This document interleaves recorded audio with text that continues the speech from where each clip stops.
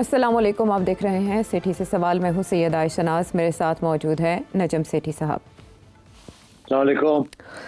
इस वक्त तकरीबन निस्फ दुनिया और ग्लोबल साउथ चलते हो तो चीन को चलिए किनारे पर अमल पैरा है, जहाँ तियानजिन शहर में आवेज़ा हैं बड़े बड़े बैनर्स रशियन, इंग्लिश और चाइनीज़ लैंग्वेज में, और वहाँ 20 से ज़ायद सरबराहान मुमलिकत को खुशामदीद कहा जा रहा है, जिनमें नुमाया किम जोंग उन हैं, शुमाली कोरिया से आ रहे हैं, रशियन प्रेसिडेंट हैं जिनको अलास्का समिट ने अच्छी खासी अहमियत देकर दोबारा से रेलेवेंट कर दिया आलमी सतह पर, और इसके अलावा वज़ीर-ए-आज़म पाकिस्तान शहबाज शरीफ तो वहाँ पहुँच चुके हैं, उनका इस्तकबाल शानदार तरीके से किया गया। यही नहीं, नरेंद्र मोदी जी भी वहाँ काफ़ी अरसे के बाद कदम रखे हुए हैं और काफ़ी तवक्कुआत हैं इस सूरत हाल में इंडिया को चाइना से।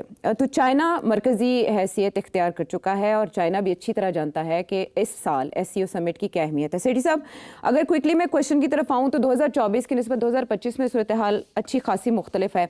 इस साल ये इजलास हो रहा है, यूक्रेन जंग जब अपनी इंतहा को पहुँची है, अटैक्स हो रहे हैं और ऐसे में अमरीका मुसालहत की कोशिश करवा चुका है, जंग ख़त्म करवाने की कोशिश कर चुका है। गज़ा में नस्ल कुशी जारी है, जबकि साउथ एशिया में, एशिया पैसिफिक में सिक्योरिटी टेंशंस अपने अरूज पर हैं और ट्रंप की ट्रेड वॉर भी चल रही है। ये जितने मेंबर ममालिक हैं इनकी कोई ना कोई शिकायत ज़रूर है वाशिंगटन से। तो ऐसे में आप क्या समझते हैं, ये 3 रोज़ा ना सिर्फ समिट बल्कि उसके बाद विक्ट्री डे भी, जिसमें हथियारों से ज़्यादा सबकी तवज्जो शुमाली कोरिया के रहनुमा पर होगी, रशियन प्रेसिडेंट पर होगी, तो क्या टेक अवेज होंगे अब की बार? आयशा, ये बड़ा इंटरेस्टिंग डेवलपमेंट है। इसकी 2-3 वजूहत हैं। पहली बात तो ये है कि पिछले साल लो की था। उसकी वजह यह है कि ना ये रशिया वाला इशू था, यूक्रेन का इतना सीरियस कि सीज फायर और सेटलमेंट, और डोनाल्ड ट्रंप की आमदोरफ्त, और दूसरा ये कि इंडिया पिछले साल SCO नहीं गया था जी। और इस साल सबसे आगे है वो वहाँ पहुँचने में। और तो और इस साल बहुत बड़ा इसको एक इवेंट बनाया जा रहा है, जी। जिसकी वजह से जो तबसरे हो रहे हैं वो यही हो रहे हैं कि एक नया ग्लोबल ऑर्डर बनने जा रहा है और ये उसकी इब्तिदा है। और क्योंकि इंडिया ने भी ज्वाइन कर लिया है और अब बाकी सारी दुनिया जो है एक्सेप्ट फॉर द वेस्ट वहाँ पहुँच रही है। 20 हेड्स ऑफ स्टेट पहुँचे हुए हैं और सब presidents, 2-3 prime ministers, mostly presidents,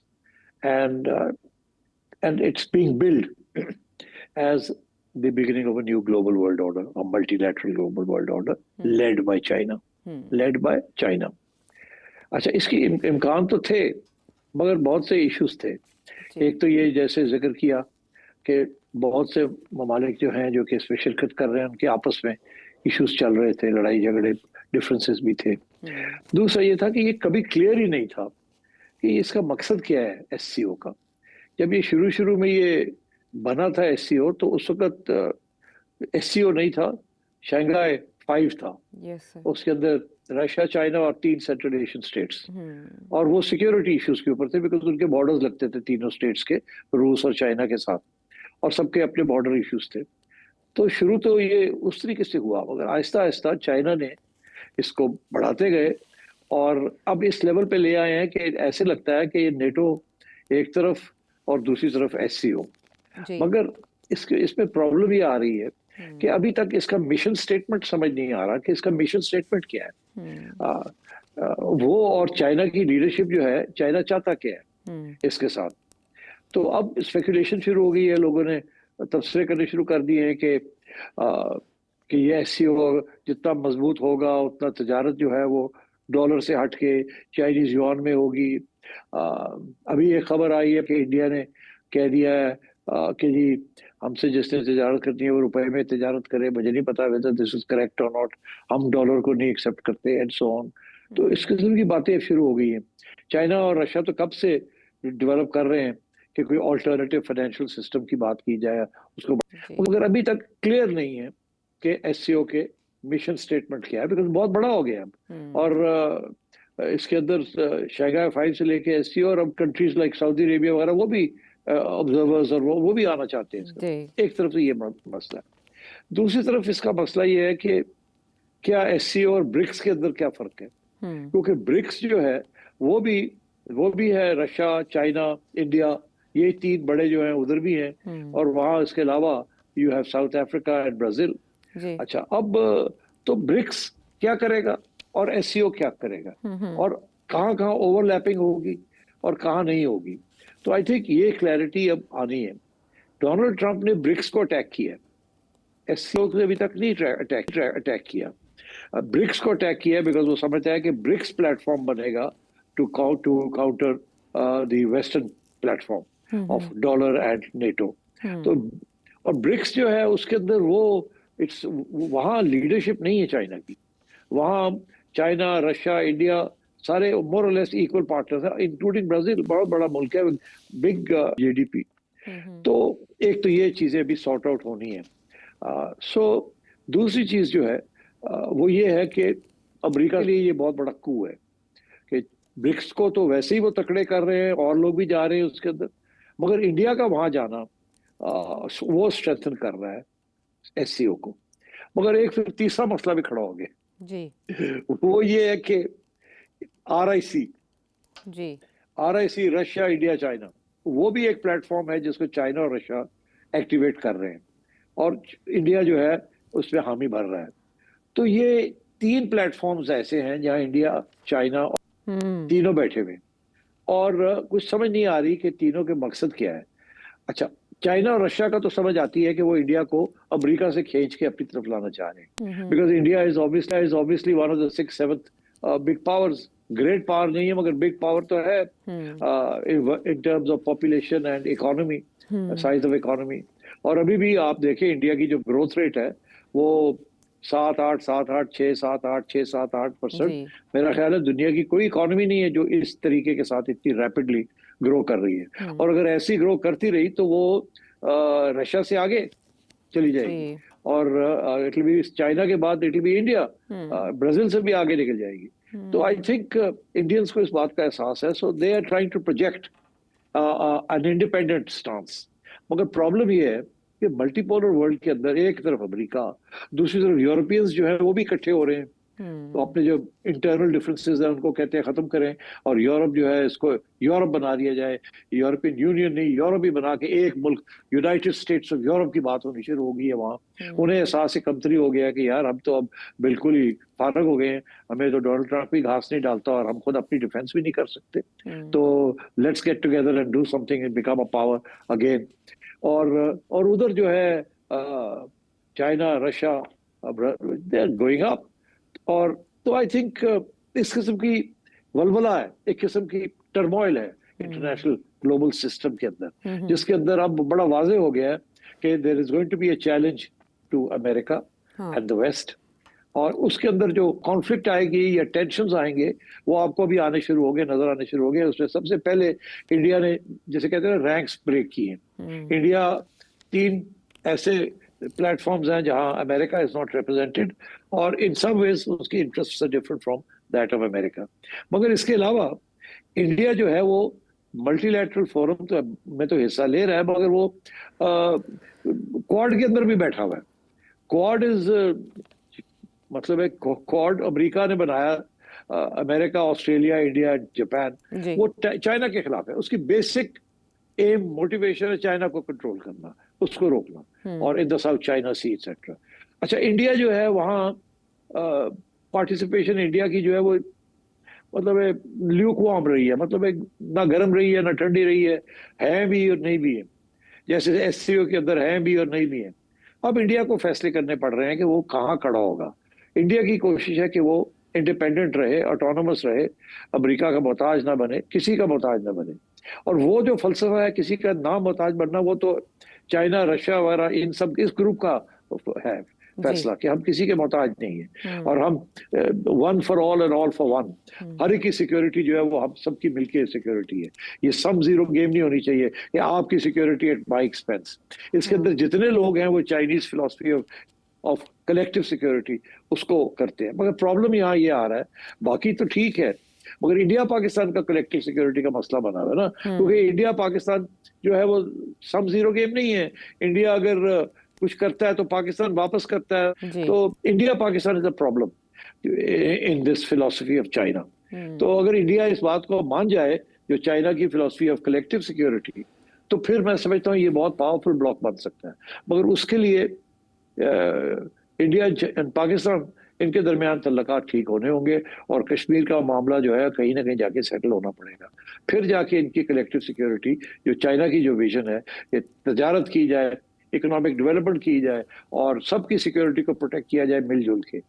मगर अभी तो चाइना और इंडिया के मसले हैं वो तो अभी हल नहीं हुए। अभी फौरी तौर पे फैसला ये हुआ कि उनको पीछे कर दिया जाए, बात आगे बढ़ाएं तजारत की और डिप्लोमेटिक कॉन्टेक्ट्स की, और बाकी जो मसले हैं बॉर्डर इश्यूज है वो बाद में देखे जाएंगे।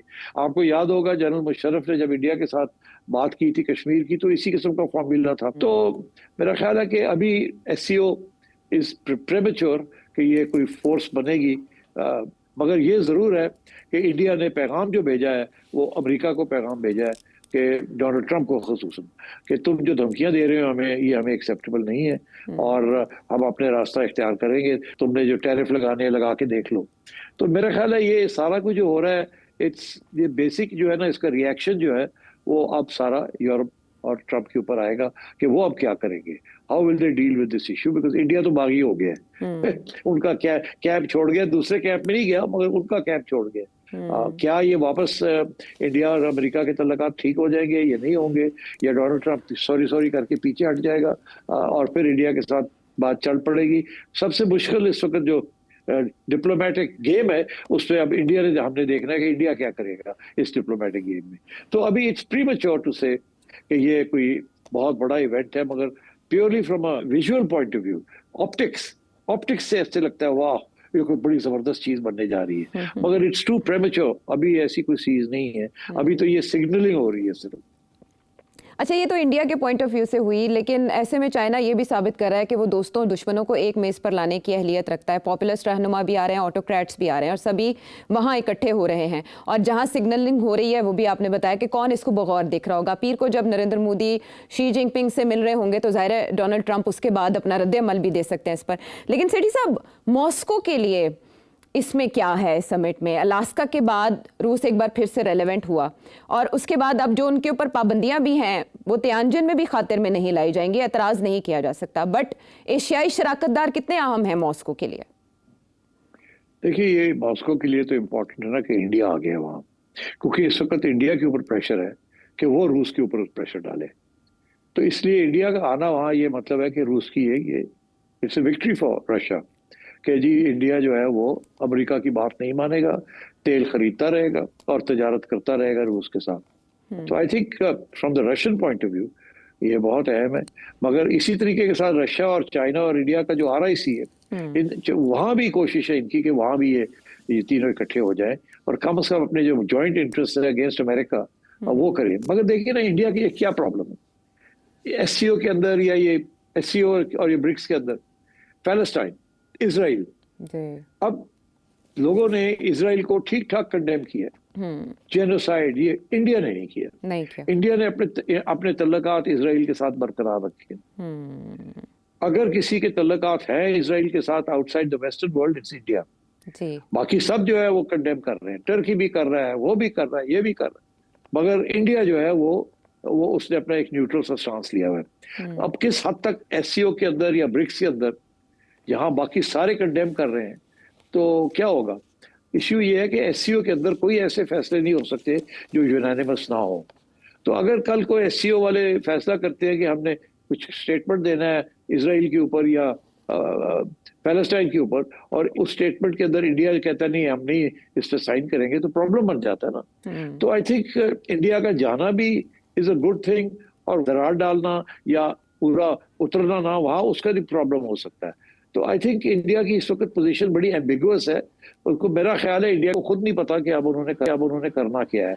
अभी वो हाथ पैर मार रहे हैं और वो सिर्फ ये देख रहे हैं कि डोनाल्ड ट्रंप को हम ये किया है कि तू करके देख ले, हम जब हम हैं तो फिर ठीक है। वो इस किस्म की भी मेरा ख्याल है उनका फलसफा है।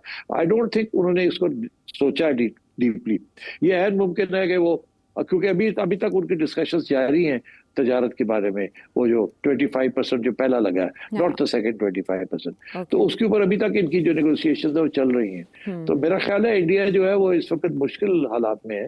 अब देखते हैं इंडिया कैसे बैलेंस करता है सब चीजों को। अच्छा, इससे पहले जब भी समिट हुए एससीओ के किसी भी लेवल के, चाहे फॉरेन सेक्रेटरीज लेवल के थे, और बात हुई गजा की, इसराइल की, तो इसराइल की मजम्मत से इंडिया बाज रहा, जैसे आपने हवाला दिया।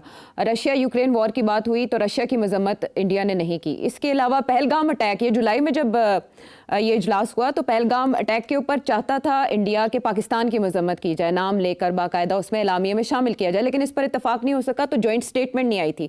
अब सिट साहब ये सब वहाँ पर इकट्ठे हुए हैं, तो जाहिर है ये एक मुतबादिल सिस्टम की बात करेंगे, जो आलमी बालादस्ती है या इजारादारी है उसकी टक्कर की बात करेंगे कि उसके मुतबादिल निज़ाम क्या हो सकता है, मुतबादिल रूट्स क्या हो सकते हैं, करेंसी क्या हो सकती है, किसी एक हिकमत अमली की तरफ जाएंगे। तो क्या समझते हैं आप कि जॉइंट स्टेटमेंट किस नौइयत की आ सकती है? ये मुमालिक मिल बैठकर क्या एक फैसला कर सकते हैं जो सलामती से बढ़कर हो? डिलीवरेबल्स क्या हैं? नहीं, मेरा नहीं ख्याल ज्यादा आप तवक्को करेंगे कोई बहुत अर्थ शैटरिंग किस्म का स्टेटमेंट आएगा वहां से। जस्ट बिकॉज इंडिया वहां चला गया इसका ये मतलब नहीं है कि आप सारे यूनाइटेड हो गए हैं और बड़ा जबरदस्त किस्म का ब्लास्ट आने वाला है वहां से। मेरा नहीं ख्याल, बड़ा सोच समझ के वो स्टेटमेंट आएगा। इनकी कोशिश ये होगी कि सारे साइन ऑफ करें, कोई उस पर डिसएग्रीमेंट ना हो। मगर इंडिया इस वक्त तैयार नहीं है यूक्रेन के ऊपर अपनी पोजीशन चेंज करने के लिए और इसराइल के ऊपर अपनी पोजीशन चेंज करने के लिए। इसलिए मेरा ख्याल है कुछ ऐसे एरियाज हैं जहां वो किनारा कर देंगे और जनरल बातें करेंगे, और इसकी ऑप्टिक्स के ऊपर ही ज्यादा जोर होगा। उधर ब्रिक्स के अंदर जो कि ज्यादा इकोनॉमिक फोरम, वहां ये हो सकता है कि वहाँ बिकॉज वहाँ Palestine and Ukraine is not important in BRICS. BRICS के अंदर इकोनॉमिक मैनेजमेंट, डॉलर को की करेंसी को चैलेंज करना, बैंकिंग सिस्टम को करना, independent, that sort of economic independence is more important to BRICS. तो मेरा ख्याल है यहाँ ये अभी कोशिश होगी कि ये ओवरलैप ना हो, वो अपना काम करें, ये अपना काम करें। ये ज्यादा एससीओ जो है ना, आई थिंक ये ज्यादा ऑप्टिक्स के लिए है। और ऐसे मौके पर हथियारों की नुमाइश, उसके लिए विक्ट्री डे का एहतमाम, उस मौके पर आलमी रहनुमाओं का मौजूद होना, ये क्या मैसेजिंग करेगा? नहीं, कोई खास मैसेजिंग नहीं है, बस वो ये कहना कि अब सारे आ ही गए हैं। इंडिया का जाना बड़ा इम्पोर्टेंट है, और चाइना के अंदर very big thing, and then of course victory parade, Korea के प्रेसिडेंट का आना। आई थिंक ये बेसिकली बताया जा रहा है कि देखें, जब हम हैं तो फिर देखा जाएगा आपको, हम सब इकट्ठे हो रहे हैं और ये show off unity in show off force हो रही है। मगर इसके कोई प्रैक्टिकल इम्प्लीकेशंस अभी मुझे नजर नहीं आ रहे, बिकॉज अभी तो वन साइडेड आप देख रहे हैं ना। अभी तो डोनाल्ड ट्रंप की तरफ से और यूरोप की तरफ से रिएक्शंस आने हैं। अभी मैं देख रहा था कि यूरोपियंस जो है वो टफ हो रहे हैं, वो कह ईरान को कह रहे हैं कि आप मान जाए इंस्पेक्शंस और ये और वो। उधर ईरान जो है वो कहता है हम प्रोलिफरेशन ट्रीटी से बाहर निकलना चाहते हैं। इसका मतलब है वो तो ये धमकी दे रहे हैं कि हम बम बनाएंगे भी और टेस्ट भी करेंगे तो प्रोलिफरेट नहीं करेंगे। तो वहां भी तो टेंशंस बढ़ती जा रही है between the west and Iran. तो मैं समझता हूँ कि ये this year and the next year are going to be very tough. बहुत टेंशन पॉइंट्स और कॉन्फ्लिक्ट पॉइंट्स नजर आएंगे। ये यूक्रेन वाली चीज बड़ी सीरियस है, और इसी तरीके के साथ India Pakistan is also very serious, and ये मुझे दोनों की नजर नहीं आता कि शॉर्ट टर्म में कोई रेजोल्यूशन नजर आएगी आपको। और ऊपर से डोनाल्ड ट्रंप जो है वो कभी इधर भागता है कभी उधर भागता है। मेरा ख्याल है डोनाल्ड ट्रंप जो है ना, मुझे ऐसे लग रहा है कि दिन ब दिन वो ज्यादा इररिलेवेंट होता जाएगा, और ये उसका जो एजेंडा है वो फेल हो रहा है, वो कामयाब नहीं हो रहा। और इसका ये मतलब है कि वो अग्रेसिव और होता जाएगा। अब देखिए ना, डोमेस्टिकली डोनाल्ड ट्रंप पहले से कमजोर हो गए हैं। अब पहली दफा वहां की जो जुडिशरी है उसने कहा कि ये जो तुमने टैरिफ लगा रहे हो तुम्हारे पास पावर ही नहीं है। जो आप कॉन्स्टिट्यूशन का हिस्सा शिक जो इस्तेमाल कर रहे हो वो आप नहीं इस्तेमाल कर सकते। ये जो इकोनॉमिक मेजर्स हैं ये तो कांग्रेस ही फैसला करती है, आप नहीं कर सकते एग्जीक्यूटिव ऑर्डर के जरिए। तो वहां एक कोर्ट ने तो रोक दिया है सारा, मगर उन्होंने स्टे ले ली है और अब सुप्रीम कोर्ट में चला गया है। अब बड़ी इंटरेस्टिंग बात यह है कि ये जो कोर्ट था इसमें ज्यादातर जो थे वो उसमें मेरे 11 लोग थे, बेंच था जिसमें से सिर्फ 3 वो थे जो रिपब्लिकन्स ने लगाए थे। तो वहां डेमोक्रेट्स की जो मेजोरिटी थी द जजेस, तो वो यही थी कि ये डोनाल्ड ट्रंप के और रिपब्लिकन्स के खिलाफ जाएगा। और सुप्रीम कोर्ट में 6 जजेस जो हैं वो तो डोनाल्ड ट्रंप और रिपब्लिकन्स के लगाए हुए हैं। अब देखना ये है कि सुप्रीम कोर्ट में क्या, इसके बारे में सुप्रीम कोर्ट क्या कहता है। ये बहुत इंपॉर्टेंट केस बनता जा रहा है। अगर सुप्रीम कोर्ट में ये फैसला आया कि डोनाल्ड ट्रंप ये काम जो कर रहे हैं ये इलीगल है, अनकॉन्स्टिट्यूशनल है और ये कांग्रेस का हक है, तो फिर सुप्रीम कोर्ट ये कह सकता है कि आप जाएं कांग्रेस के पास, वहां जाके कानून पास करें अपने आप को पावर्स देने के लिए, तो कर सकता है बिकॉज मेजोरिटी है। अब मगर वो जल्दी करना पड़ेगा बिकॉज मिड टर्म इलेक्शंस आ रहे हैं अगले साल, और अगले साल लाइकलीहुड यही है कि रिपब्लिकन जो है वो अपनी मेजोरिटी उनकी कांग्रेस के अंदर नहीं रहेगी, डेमोक्रेट्स की मेजोरिटी हो जाएगी। लग ऐसी रहा है जिस तरीके से डोनाल्ड ट्रंप जा रहा है। तो डोनाल्ड ट्रंप ने इंटरनेशनल ओपिनियन भी अपने खिलाफ किया हुआ है, यूरोपियन ओपिनियन भी अपने खिलाफ किया हुआ है, चाइना रशिया भी अपने खिलाफ किए हुए, अब इंडिया भी अपने खिलाफ कर लिया है। ऊपर से वो उसने जुडिशरी जो है वहां की वो भी इसके खिलाफ होती जा रही है। एंड आई थिंक फाइनली ये जो उसके जो एजेंडा है टेरिफ्स का, वो इट्स नॉट वर्किंग। तो मेरा ख्याल है डोनाल्ड ट्रंप कमजोर होगा गोइंग फॉरवर्ड। राइट, उन्होंने ट्रुथ सोशल पे अमेरिकी अपील्स कोर्ट के इस फैसले को सख्त तनकीद का निशाना बनाया और सुप्रीम कोर्ट से ही उन्होंने अपनी उम्मीदें लगा ली हैं और वो कहते हैं कि सुप्रीम कोर्ट ही अमेरिका को अजीम बनाने के इस मकसद में उनका साथ देगी। बहरहाल आलमी मंजरनामे में होने वाले समिट के असरात क्या हो सकते हैं, मुख्तलिफ ममालिक का क्या ताल्लुक है, क्या मफादात इसमें पोशीदा हैं, आपने जाना। वापस आते हैं एक ब्रेक के बाद।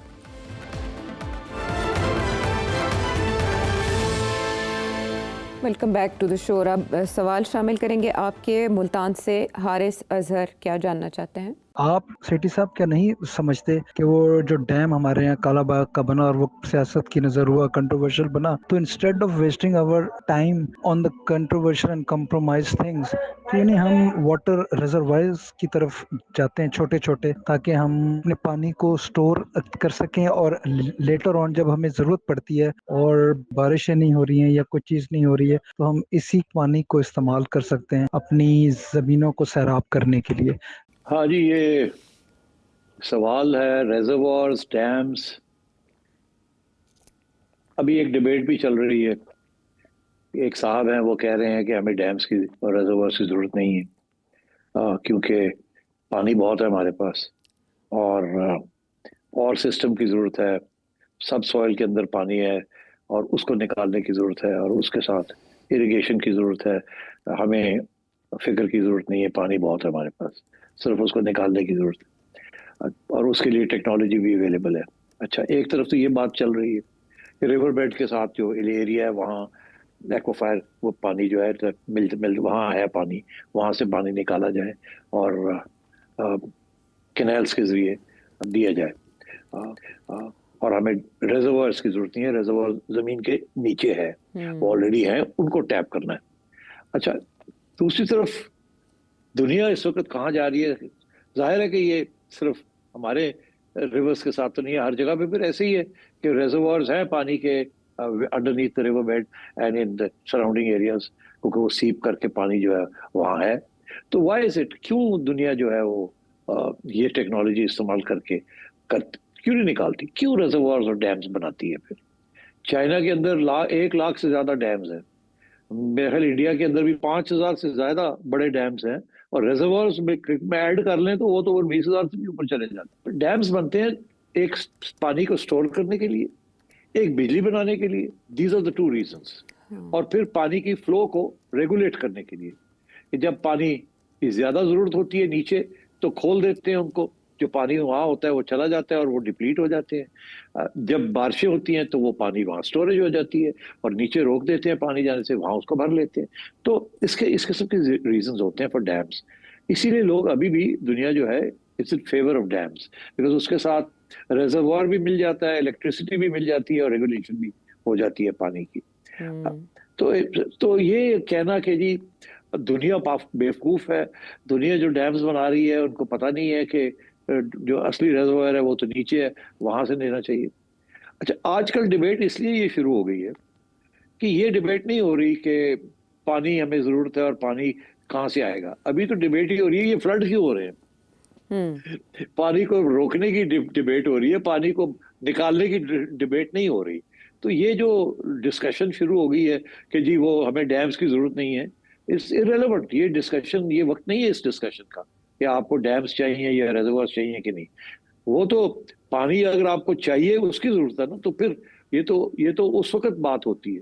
आजकल जो बात हो रही है वो ये हो रही है कि जी अगर आपके पास रिजर्वॉयर्स होते हैं तो अब खाली हुए हुए होते हैं और ये बारिशें हो रही हैं और पानी पीछे से आ रहे हैं, रेले आ रहे हैं, तो वो रिजर्वायर्स के अंदर पानी स्टोरेज हो जाती है। अगर पाकिस्तान के अंदर 20,000 या 10,000 रिजर्वायर्स बन जाए तो ये सारा पानी जो समुद्र को जा रहा है और जो फ्लडिंग हो रही है आप वहां स्टोर कर सकते हैं। मैं आज सुन रहा था ख्वाजा आसिफ साहब को जी।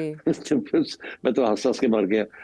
समझ नहीं आ रही थी कि ख्वाजा साहब मजाक कर रहे हैं या संजीदगी के साथ बात कर रहे हैं। वो कह रहे थे कि लोगों को चाहिए, पानी तो बड़ा प्रेशियस होता है, अपने घरों में ले जाए इस पानी को और बाल्टियां भर के रख लें और टब्स के अंदर संभाल के रखें इस पानी को।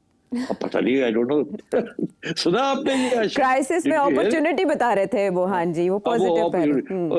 और लोग मरदे पे ने, वो कहते पे तुसी वो पानी भी डुबदे पे ने, वो कहते नहीं तू डुबो ना, ਉਹ ਪਾਣੀ ਜਿਹੜਾ ਬਾਲਟੀਆਂ ਭਰ ਕੇ ਨਾ ਘਰ 'ਚ ਰੱਖ ਲਓ। ਉਹ ਘਰ ਜਿਹੜਾ ਡੁੱਬਿਆ ਹੋਇਆ ਉਹਦੇ ਵਿੱਚ ਰੱਖ ਲਓ बाल्टियां पा। अच्छा आई थिंक पता नहीं, मेरा ख्याल है शायद मजाक कर रहे थे, मगर ये कोई वक्त नहीं है मजाक करने का और इस किस्म की बात करने का। बड़ी बेदर्दी और लगता है कि कम्प्लीटली ओब्लिवियस कि जी जो दुख है अवाम का। तो अच्छा बहरहाल ये सियासतदानों का हम क्या कह सकते हैं, फजूल बातें भी बड़ी कर जाते हैं। अच्छा अब बात यह है कि इस वक्त इशू ये है कि अगर आपके पास डैम्स होते तो आप रेगुलेट कर सकते थे पानी की फ्लो को, मगर यहाँ प्रॉब्लम क्या है? प्रॉब्लम ये है कि ये जो 3 दरिया हैं जो इस वक्त फ्लड में हैं, ये आते हैं, ये वो दरिया है अंडर इंडस वाटर ट्रीटी जो इंडिया के पास जी। इंडिया का इसके ऊपर पूरा हक है कि वो जो मर्जी चाहे अपना पानी जितना चाहे रोक ले।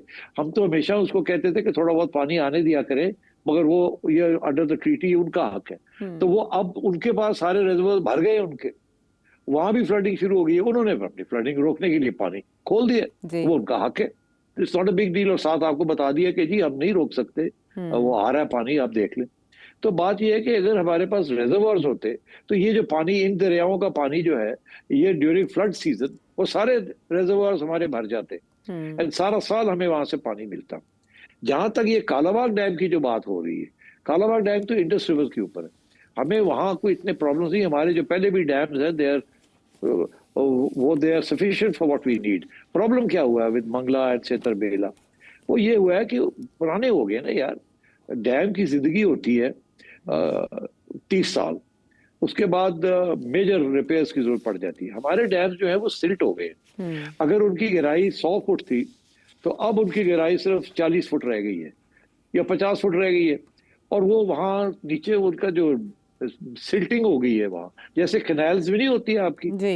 कि वो हर साल या 2 साल वो पूरा एक एजेंडा होता है कि जी कैनाल्स को पानी बंद करके और रेत जो है उसको निकाला जाए। हाँ, सफाई। तो डैम्स की भी जरूरत पड़ जाती है, मगर वो काफी बड़ा प्रोसेस होता है और वो हर साल नहीं किया जा सकता, बिकॉज डैम के अंदर सारा वक्त पानी होता है और वो पानी आप सारा वक्त आपको जरूरत होती है उस पानी की, तो वहीं से आप पानी लेते हैं अपनी कैनाल्स के लिए। तो मेरा ख्याल है कि प्रॉब्लम ये हुआ है कि वो दोनों डैम्स पुराने हो गए ना। मंगला तो 60s में बना था। अच्छा, तो और जो कालाबाग है वो उसका ताल्लुक इन फ्लड्स के साथ नहीं है। इंडस जो है वो मैनेज हो रहा है। अभी ये प्रॉब्लम आया है इन 3 दरियाओं का, तो इसलिए ये डिबेट जो है it's meaningless at this time कि जी वो एक्वाफायर जो है नीचे जो पानी है उसको कैसे लिया जाए। हाँ, लिया जा सकता है, फिर उसके लिए कैनाल्स और आपको बनानी पड़ेगी, बना लें, वो साथ साथ आप चलाएं ताकि जिस वक्त पानी की जरूरत होती है समर मंथ्स में या विंटर मंथ्स में, जब भी आपको जरूरत होती है तो आप वो पानी को टैप कर सकें। और छोटे छोटे पायलट प्रोजेक्ट्स भी किए जा सकते हैं। मगर यहाँ तो हाल ये है आयशा के बादशाह डैम जो बेनजीर मोहतरमा के जमाने की हम सुन रहे हैं, वो बड़ी कीन थी बादशाह के ऊपर, हमेशा बात करती थी कि बादशाह बनाना है, बादशाह बनाना है, मगर वो दिन और रात का दिन 30-35 साल हो गए बादशाह नहीं बना। पता नहीं इसके ऊपर तो साकिब निसार ने पता नहीं कितने पैसे भी इकट्ठे कर लिए थे इमरान खान ने ड्रामा करके कि जनाब बादशाह डैम बना रहे हैं, सब ड्रामा, सब झूठ फरेब। पता नहीं कितने साल और लगेंगे और कॉस्ट्स कहाँ के कहाँ पहुंच गए। अब कहते हैं 30 में जाके होगा। शुरू होता है $8 बिलियन का प्रोजेक्ट और बन जाता है 20 का, बिकॉज डिलेज होती हैं और कॉस्ट्स कीप राइजिंग। तो Pakistan has never been serious about this. उसकी वजह ये भी पूछ लीजिए। हमारे यहाँ जो पॉलिटिक्स है ना, वो है पॉलिटिक्स ऑफ 3 years और 2 years। जो हुकूमत से सिविलियन हुकूमत आती है वो कहती है अब तो 2 साल है, तीसरे साल हम निकाले जाएंगे और कोई लंबे चौड़े सोचने की जरूरत नहीं है। डैम बनाने जाएंगे, सारे पैसे डैम पे लग जाएंगे, डैम 10 साल लगेंगे बनने में, और बीच में से हमारी छुट्टी हो जाएगी और लोग कहेंगे आपने किया क्या। तो वो हमेशा शॉर्ट टर्म पे जाते हैं। आप देखिए ना, बड़ी बीबी जो भी इकदाम कर रही हैं, शॉर्ट टर्म इकदाम कर रही हैं, लैपटॉप्स दे रही हैं, ये कर रही हैं, वो कर रही हैं, जो स्कीमें बना रही हैं वो शॉर्ट टर्म स्कीमें हैं, जल्दी जल्दी हो जाए, कुछ नजर आ जाए कि लोगों को कुछ मिल गया है। लॉन्ग टर्म तो एक प्लानिंग के तहत होती है। अच्छा, अब फौजी जब आते हैं तो 10-10 साल रह जाते हैं, मगर अब जब अयूब खान आए तो उन्होंने एक डैम बना दिया। मुशर्रफ साहब, इनके पास बड़ा मौका था, इन्होंने कुछ नहीं किया। जियाउल हक ने कुछ नहीं किया। तो मतलब है वो 10-10 साल रह गए। हो सकता है उनका ख्याल था कि पता नहीं 10 साल रहेंगे कि नहीं रहेंगे, तो कि ये डैम शैम क्या बनाने हैं। एक तो वो इस्लामाइजेशन में अपने आप को लेजिटिमाइज करने के लिए उधर शुरू हो गए, और दूसरे साहब जो थे वो वो उन्होंने सोचा इंडिया के साथ ही कोई बातचीत चला लेते हैं एंड सो ऑन। तो बात यह है कि कोई लॉन्ग टर्म प्लानिंग नहीं है हमारे यहाँ, कोई इंस्टीट्यूशनल प्लानिंग नहीं है। एक गवर्नमेंट आती है सिविलियन, वो एक नया प्रोजेक्ट शुरू करती है, अगली आती है उसको रोक देती है, वो कहती है नहीं नहीं ये ठीक नहीं। यहाँ तक तो बेनजीर इनकम सपोर्ट प्रोग्राम के ऊपर लड़ाई झगड़े शुरू हो गए थे कि इसका नाम चेंज कर दे जी, इमरान खान ने आया इसका नाम चेंज कर दे, वो नून लीग वाले आए उनका नाम चेंज कर दे, ये बेनजीर के नाम पे क्यों है। फिर सोचा कि नहीं नहीं रहने दे लोग, अब अलायंस भी हो गया, छोड़े छोड़े छोड़े। तो यहाँ तो ये हालात है हमारे। कोई स्टेबिलिटी हो मुल्क के अंदर, कोई कंटिन्यूटी हो, कोई लॉन्ग टर्म प्लानिंग हो, कोई मलकियत ले, नेशनल लेवल पे मलकियत लें कुछ प्रोजेक्ट्स की, कि जी अगली हुकूमत भी जो भी आएगी ये कॉन्स्टिट्यूशनली जरूरी है कि इसको खत्म करना है। ये बातें पार्लियामेंट के अंदर होनी चाहिए कि जी ये अपने एक प्रोजेक्ट शुरू कर रहे हैं, सारा मुल्क वी आर ऑन बोर्ड, अगली हुकूमत जिसकी भी आएगी इसको कॉन्स्टिट्यूशनल अमेंडमेंट के जरिए डाल दिया जाए कि ये इसको छेड़ेंगे नहीं, एंड सो ये तो करते कोई नहीं। तो मेरा ख्याल है ये this is the part of the problem. लोग पूछते हैं डैम्स क्यों नहीं बने, ये क्यों नहीं हुआ, वो क्यों नहीं हुआ। यहाँ जो हुकूमत आती है वो शॉर्ट टर्म इकदाम करती है, लॉन्ग टर्म का तो सोचती कोई नहीं है। और जो तारीख हमें यही बताती है कि कोई सिविलियन गवर्नमेंट जो है वो मर के 5 साल काटती है, और आखिरी 2 साल जो है उसकी काफी उसको पिटाई हो रही होती है, कभी इधर से कभी उधर से, और लोग कह रहे होते हैं निकालो इसको, साजिश करके निकालो जी, और वो बेचारी अपने पाँव पे नहीं खड़ी हो सकती। तो उसने लॉन्ग टर्म क्या सोचना है उसने। तो ये इस किस्म की प्रॉब्लम्स हैं हमारे पास। मर के भी 5 साल पूरे हों तो वज़ीर आज़म चेंज हो जाते हैं, लेकिन आपने बताया डायग्नोसिस चेंज हो जाता है जी, डायग्नोसिस क्या है, मसाइल का ज़ाहिर है मुख्तसर सियासी मुद्दत होती है, तो मुख्तसर सियासी मफादात में मसाइल और ऐसे बड़े बड़े मंसूबे भेंट चढ़ जाते हैं आपके निज़ाम के। हारिस, आपको आपके सवाल का जवाब मिला, मज़ीद सवाल शामिल करेंगे एक ब्रेक के बाद। Welcome back to the show. Sethi साहब, इंडियन मीडिया की खुसूसन एससीओ समिट पे काफ़ी निगाहें हैं, लेकिन ऐसे में इंडियन मीडिया ही ये रिपोर्ट कर रहा है कि न्यूयॉर्क टाइम्स ने क्लेम किया है कि अमेरिकन प्रेसिडेंट इस साल के आखिर में क्वाड समिट के लिए इंडिया विजिट का कोई इरादा नहीं रखते। 4 बार उनकी कॉल्स नहीं उठाई नरेंद्र मोदी जी ने, और आपने ये कहा था एक एनालिसिस में कि क्वाड जो है अब उसकी कोई अहमियत नहीं रही, वो फारिग हो जाएगा, ये इत्तेहाद नहीं रहेगा। अब इस नौइयत की खबरों के बाद आप क्या समझते हैं? क्वाड जो है वो अब क्या करेंगे। देखिए, क्वाड बना था कि चाइना को टाइट करने के लिए, और उसके जो मिलिट्री एक्सरसाइजेस जो हो रही थी इंडियन ओशन में, they were all geared in a military sense, क्योंकि अमेरिका चाइना को ये धमकी दे रहा था कि तुमने अगर ताइवान लेने की कोशिश की तो फिर हम पड़ जाएंगे सारे तुम्हें। और ये सारा अमेरिकन पॉलिसी जो है related to that one China policy. वो कहते हैं ताइवान हमारा, ये कहते हैं आप मत लेने की कोशिश करें मिलिटरीली। तो उसके लिए क्वाड शॉट बनाया था, बिकॉज वहाँ जापान भी इनसिक्योर फील कर रहा है, जैसे नेटो वाले इनसिक्योर फील कर रहे हैं फ्रॉम रशिया, कि जी ये तो रशियन एम्बिशंस हैं, ये आज यूक्रेन में कल ही और आगे आ जाएंगे, ये वो वाला। इसी तरीके के साथ जापान भी इनसिक्योर है, और वो इनसिक्योरिटी यही है उनकी कि जी क्यों ये चाइना जो है पहले ताइवान ले लेगा, उसके बाद फिर हमारी तरफ नजर डालेगा। तो लोग वो पुराने जो एटीट्यूड्स है ना, कि बिग पावर्स करते क्या हैं और वॉर्स कैसे शुरू होते हैं और टेरिटरी इज इम्पोर्टेंट, तो वो सोच के बेसिस के ऊपर ये चीजें सारी post second world war architecture जो है वो कॉन्फ्लिक्ट का, सिक्योरिटी का बना था।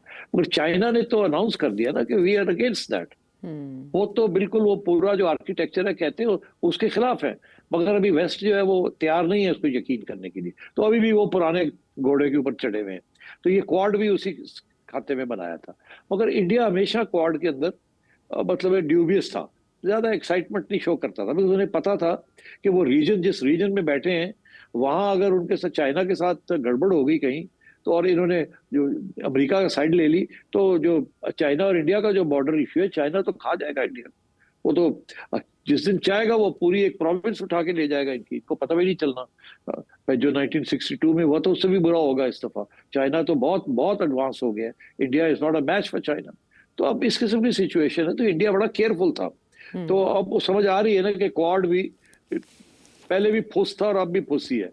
वहां सिर्फ वो इंटेलिजेंस गैदरिंग जो है ना, वो फाइव आइज, वो ठीक है, इंटेलिजेंस सोर्सेज, मगर चाइना के खास महाज बनाना जिसमें ऑस्ट्रेलिया, इंडिया और अमेरिका, और ऑस्ट्रेलिया भी नहीं खड़ा होगा। ऑस्ट्रेलिया का कोई थ्रेट नहीं है फ्रॉम चाइना। ये तो अमेरिकनों ने धमकियां दे के इकट्ठा कर लिया है सबको। अदरवाइज मेरा नहीं ख्याल they are really interested in taking on China and acting as a bloc against China. अब तो जिस किस्म की चाइना ने जो डिस्प्ले किया है और वो जो परेड होने जा रही है, 3 आप भी बता रहे थे कि 3 सितंबर को 3 विक्ट्री सितंबर डे। को, हाँ जी, 3 विक्ट्री डे पे पता नहीं क्या क्या वो दिखाएंगे दुनिया को कि हमारे पास ये मिसाइल्स हैं, ये जहाज है, ये तोपे हैं, ये फलाना है, ये ढिंगड़ा है। वो तो एक पूरा डिस्प्ले भी दिखाएंगे आपको कि हमारी सिर्फ इकोनॉमिक पावर नहीं है हमारे ब्लॉक की, we also have military power. और चाइना ने भी आहिस्ता आहिस्ता, पहले उन्होंने पाकिस्तान के जरिए आपको दिखा दिया है कि वो कहाँ है उनकी टेक्नोलॉजी। ऊपर से एआई की भी उन्होंने दिखा दी आपको, सैटेलाइट्स उनके पता नहीं हजारों की तादाद में उन्होंने चढ़ा दिए ऊपर। ऊपर से उन्होंने एम्फिबियस वेसिकल्स, जो टैंक्स जो है उनको पानी पे चढ़ा दिए। वो क्या क्या कर रहे हैं वो और सिर्फ, और आप जो हैं आप वे बिहाइंड। आप वो अभी भी एक स्टेल्थ फाइटर लेके बैठे हुए। चाइना की जो टेक्नोलॉजी है वो 5.5 पे चली गई है। यहाँ तो 4.5 से ऊपर फ्रांस नहीं गया।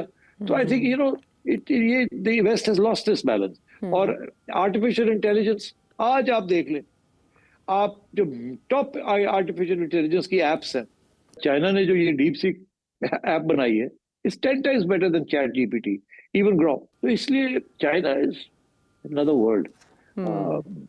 तो मेरा ख्याल है west has lost this battle.